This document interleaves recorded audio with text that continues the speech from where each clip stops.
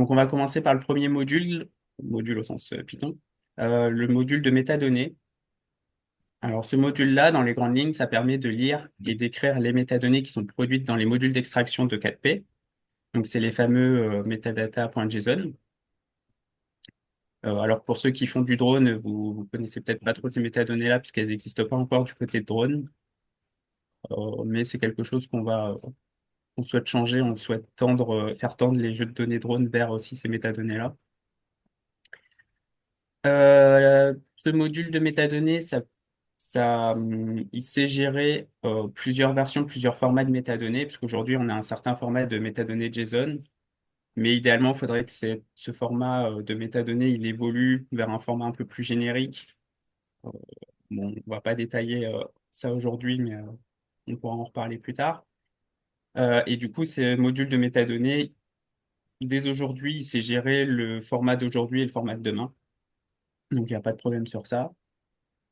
Il permet aussi de fournir toute une multitude d'accessoires qui permet de faciliter la connaissance de ce qu'on a sous la main dans ces métadonnées-là, tout en restant dans notre interface de développement, dans votre IDE. Avec l'autocomplétion, vous aurez les différents accessoires qui existent. Donc, par exemple, quand vous êtes sur les métadonnées de manière générale, vous verrez que vous avez une méthode de get plot, ce genre de choses.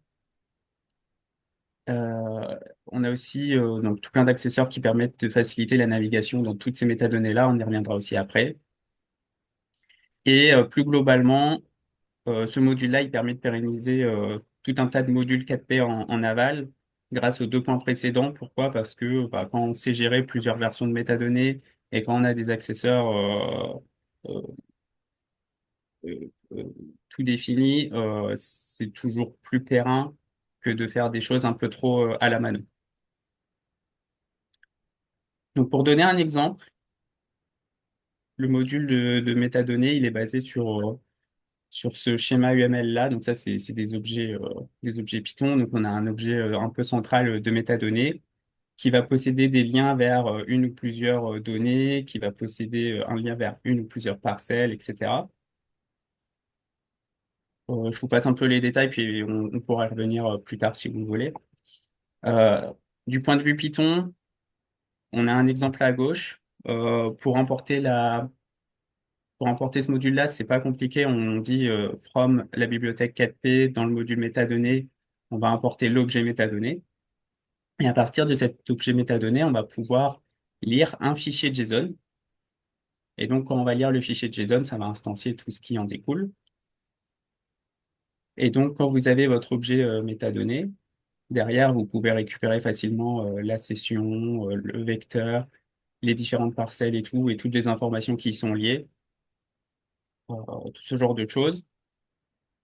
Vous pouvez faire des choses un petit peu plus poussées avec ce module-là, notamment en lisant d'autres métadonnées et en les fusionnant avec une première métadonnée. Donc là, ça permet d'agréger différentes métadonnées. Pourquoi? C'est parce qu'aujourd'hui, les métadonnées, elles sont très segmentées par parcelle, mais dans plusieurs cas de figure, on souhaiterait avoir des métadonnées un peu plus globales à notre jeu de données. Donc je pense notamment au rapport de validation, où on va non pas agir parcelle par parcelle, mais sur l'ensemble des parcelles. Et du coup, là, on a un besoin d'agréger toutes ces métadonnées-là, ce qui n'est pas forcément facile aujourd'hui. Mais du coup, la bibliothèque 4P et son module metadata permettent de le faire. Je l'évoquais vaguement aussi tout à l'heure, mais on a des métadonnées aujourd'hui qui existent, qui, euh, qui mériteraient d'être revisitées un petit peu dans une nouvelle version. Et comme je l'évoquais, la bibliothèque 4P sait déjà le faire. Et donc, en lisant différentes métadonnées, en les agrégeant ensemble, on peut notamment les enregistrer dans une nouvelle version. Donc, à partir des métadonnées d'aujourd'hui, on peut les enregistrer dans les métadonnées de demain, ce genre de choses. Un autre exemple, c'est qu'on a, comme je le montrais tout à l'heure, on a un objet métadonnées un petit peu générique, mais on a aussi des spécialisations de ces métadonnées-là. Pourquoi? Parce que les métadonnées, ça peut concerner aussi bien des images RGB que des données LiDAR. Et quand on est dans un module par exemple, qui va traiter uniquement des images RGB. On va éventuellement vouloir utiliser la spécialisation des métadonnées euh, en métadonnées RGB. Et donc là, c'est pas plus compliqué. C'est juste qu'au lieu d'utiliser l'objet métadonnées, on va utiliser l'objet RGB metadata. Et après, tout est pareil.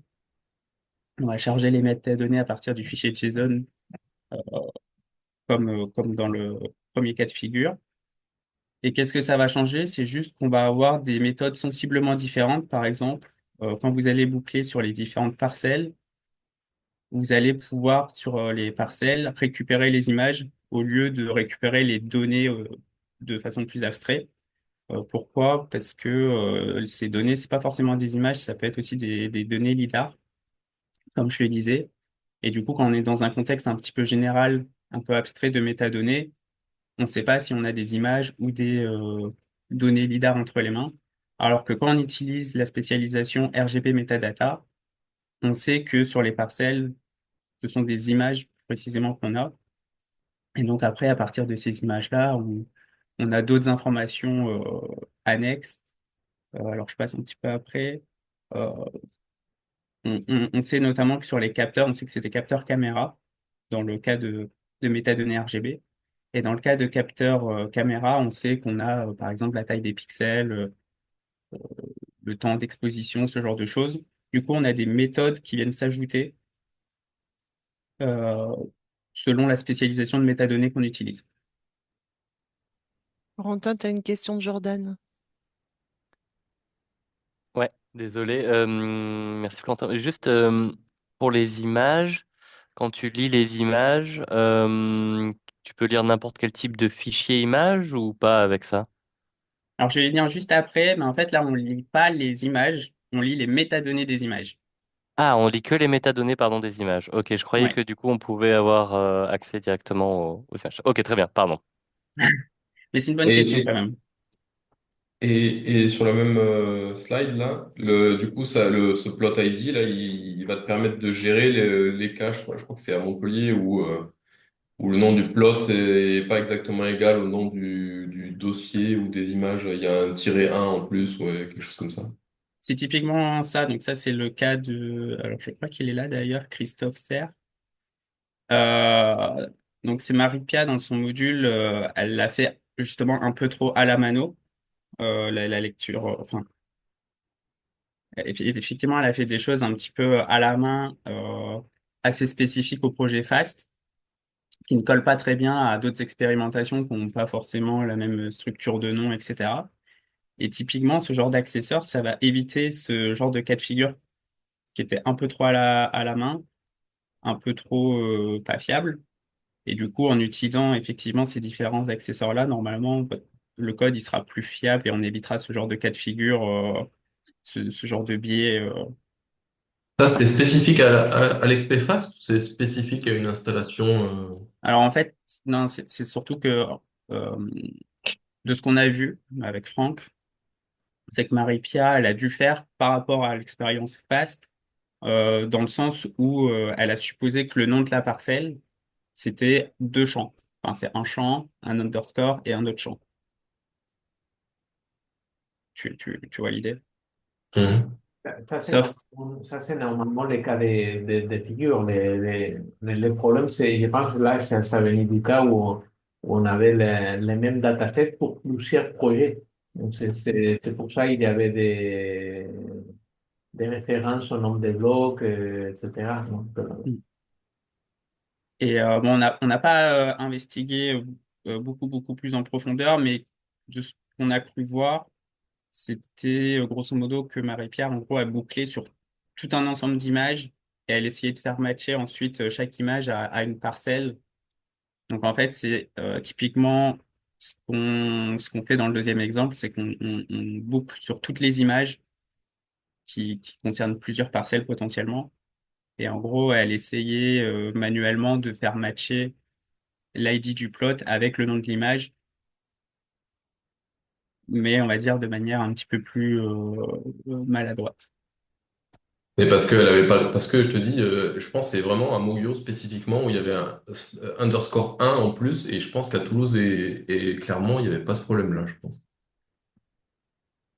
Bon, bref, c'est un détail. Ouais. Bah après, en fait, c'est ça aussi un petit peu le côté obscur, c'est que quand tu fais un peu des trucs à la main, tu le fais par rapport à un cas de figure. Et typiquement, le nom des parcelles, euh, pour autant que je sache, à aucun moment c'est déterminé que ça doit être spécifiquement deux champs séparés par un underscore ou quoi que ce soit. Et du coup, effectivement, quand tu as un peu une tendance qui se dégage, c'est-à-dire là, par exemple, d'utiliser un premier nom underscore, un deuxième champ, tu vas avoir tendance à, de façon biaisée, à dire que c'est un peu une norme alors que ça n'en est pas une. Et quand tu vas avoir le contre-exemple, tu te retrouves un petit peu bête face au problème. Tu vois ce que je veux dire? Mais en soi, à aucun moment on a défini que les parcelles c'était spécifiquement deux champs et tout. Donc pourquoi, enfin, ça, c'est une autre discussion, mais on va pas limiter la nomenclature des parcelles juste pour 4P, tu vois ce que je veux dire?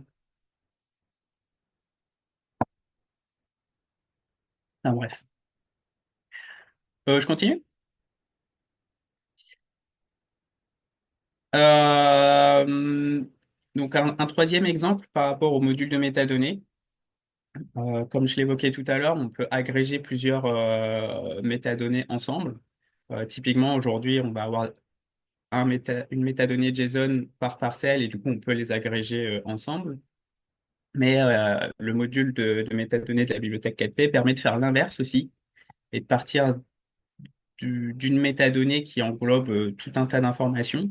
Donc, par exemple, cette métadonnée-là, elle engloberait par exemple des images RGB et des données LiDAR. Et du coup, à partir de de ces métadonnées un peu globales génériques, on peut vouloir spécifiquement filtrer sur les images RGB. Et du coup, là, c'est possible. Donc, en utilisant la spécialisation metadata RGB, par exemple, euh, on peut l'instancier à partir de métadonnées génériques. Et du coup, ça, qu'est-ce que ça va faire? C'est que ça va filtrer par rapport au type de capteur et au type de données pour ne garder que ce qui est spécifique aux images RGB et du coup avoir des métadonnées euh, spécialisées, spécifiques à ce qu'on veut. Donc, par exemple, aujourd'hui, on a les métadonnées spécifiques au RGB, les métadonnées spécifiques au LiDAR. On a aussi des métadonnées spécifiques au multispectral, etc., ce genre de choses qui est possible. Alors, ce module, il a quand même quelques limitations. Donc, comme on l'a vaguement évoqué avec Jordan, il n'y a pas de méthode user-friendly pour lire les données. Donc, les données, les images RGB, les données LiDAR, ce genre de choses. C'est pour plusieurs raisons. Alors déjà, si on fournit ce genre de méthode, ça impliquerait qu'on ajoute des dépendances à la bibliothèque, donc des dépendances vers des bibliothèques tierces comme NumPy, OpenCV, Pillow, etc. Donc ajouter de la dépendance sur du code commun, c'est pas forcément la meilleure des idées. D'autant plus qu'il y a beaucoup d'alternatives possibles et que globalement, elles sont toutes valables, puisque vous pouvez lire vos images avec OpenCV, avec Pillow, Matplotlib ou je ne sais quoi, et vous avez toutes les raisons de le faire. Sauf que là, dans la bibliothèque 4P, on ne souhaite pas contraindre l'usage spécifique d'une de ces bibliothèques-là. On laisse le choix aux développeurs d'utiliser la bibliothèque qu'ils veulent pour lire ces images, puisqu'ils ont chacun leurs avantages et inconvénients, on va dire. Et on peut aussi noter que le format de la donnée, elle peut évoluer. Par exemple, la donnée LiDAR, a priori, à une époque, elle était au format CSV. Et aujourd'hui, c'est en deux fichiers LAS, donc ça peut évoluer. Et vu que ce format de fichier peut évoluer, ça ajouterait aussi une contrainte de maintenance qui peut devenir lourde vis-à-vis d'ajouter une méthode pour lire les données. Donc c'est pour ça qu'on n'en a pas et que a priori on ne souhaite pas spécialement ajouter ce genre de méthode. En limitation, on peut aussi noter des choses qui sont pas vraiment spécifiques au module lui-même, mais plutôt à ce qui est produit aujourd'hui. Pourquoi? Parce que les métadonnées d'images multispectrales actuellement, elles sont trop incomplètes. Parce que les images multispectrales, ce sont des images. Sauf que dans les métadonnées aujourd'hui, on n'a pas, par exemple, la hauteur, largeur des images, on n'a pas le temps d'exposition dans le cas des multispectrales, etc. Donc aujourd'hui, on ne peut pas vraiment lire les images multispectrales avec les métadonnées spécialisées multispectrales, puisque Dans ce cas-là, en fait, on oblige à avoir ces métadonnées-là et si elles sont pas présentes, on aura une erreur. Donc, on peut pas, dans l'immédiat, lire les données multispectrales, mais on peut les lire de manière abstraite quand on est sur le cran au-dessus, c'est-à-dire quand on lit des métadonnées et qu'on a des données sans que ce soit spécifiquement des images multispectrales. Ah, c'est peut-être un petit peu flou ce que je dis, mais on pourra y revenir si vous voulez. On a aussi dans les métadonnées LIDAR actuellement des données incorrectes, que dans les métadonnées que j'ai pu voir, le metadata.json, il pointe vers des fichiers CSV qui aujourd'hui n'existent plus, enfin n'existent pas. Mais du coup, la bibliothèque 4P, elle va quand même essayer de compléter ces métadonnées-là comme elle peut. Donc, ces métadonnées version 0, elle va essayer de cibler vers les fichiers LAS. Sauf que le problème, c'est qu'aujourd'hui, on peut cibler qu'un seul fichier LAS sur les deux qui existent. Donc ça, c'est une des limitations aussi. Globalement, ce qu'on peut dire, c'est qu'aujourd'hui, sur la métadonnée LIDAR, on va pouvoir les lire, mais de façon un peu incomplète. Et de manière plus globale, on a certaines métadonnées globales, donc, qui concernent notamment la session et les vecteurs, qui sont parfois manquantes. Ça, c'est surtout le cas de figure pour les perches littérales. Et du coup, quand on a ces métadonnées un peu générales qui manquent, ça peut mener à l'échec de leur lecture aussi, puisque c'est des données qu'on exige d'avoir, parce qu'elles sont utilisées dans différents cas de figure. Et du coup, pour ces trois points-là, qu'est-ce qu'il faudrait? C'est mettre à jour le standard des métadonnées .json qui sont générés et mettre à jour du coup les modules d'extraction qui existent aujourd'hui. Est-ce que vous avez des questions sur les métadonnées pour l'instant? Oui, euh, j'en ai une assez Rémi. Quand tu dis que les métadonnées des images multispectrales sont incomplètes, c'est celle des RFN, hein, pour l'instant, on est d'accord? Euh, alors, Ouais. entre autres, mais c'est pas tant sur les modules, c'est aussi sur les phénomobiles. En fait, c'est les modules d'extraction aujourd'hui qui ne font pas on va dire, elles font pas une extraction complète. Et ça, induit un petit peu par la structure des HDF5 qui sont produites dans le cas de la phénomobile. Comment dire? Euh, En fait, dans les métadonnées des images RGB, classiquement, vous allez avoir la hauteur, largeur de l'image, la taille des pixels, le temps d'exposition, etc. Et ça, c'est des données qui sont directement récupérées des HDF5. Donc là, je parle pour la phénomobile, mais le principe reste le même pour les autres.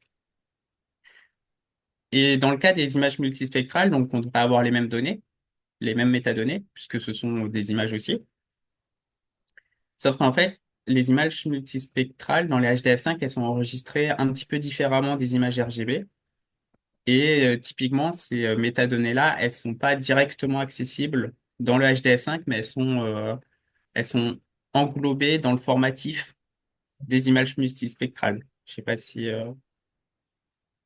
Oui, je vois, l'info est dispo, mais autrement. mais un cran en dessous, voilà. Et en fait, Ouais, dans les modules d'extraction aujourd'hui, plutôt que d'aller chercher dans les images, dans les métadonnées du TIFF, on a juste ignoré euh, ces métadonnées-là. Et elles sont pas fournies dans les métadonnées .json. Tu vois l'idée? oui, oui, je vois, ouais. Et du coup, c'est là que je parle de métadonnées incomplètes pour les images multispectrales. C'est que si tu lis juste le métadonnées.json qui existe aujourd'hui pour des images multispectrales, il manque ces données-là. Donc, c'est pour ça qu'il faudrait mettre à jour les modules d'extraction et faire une extraction complète en allant jusqu'à lire les métadonnées des TIFF pour extraire correctement toutes les métadonnées des images multispectrales incluses.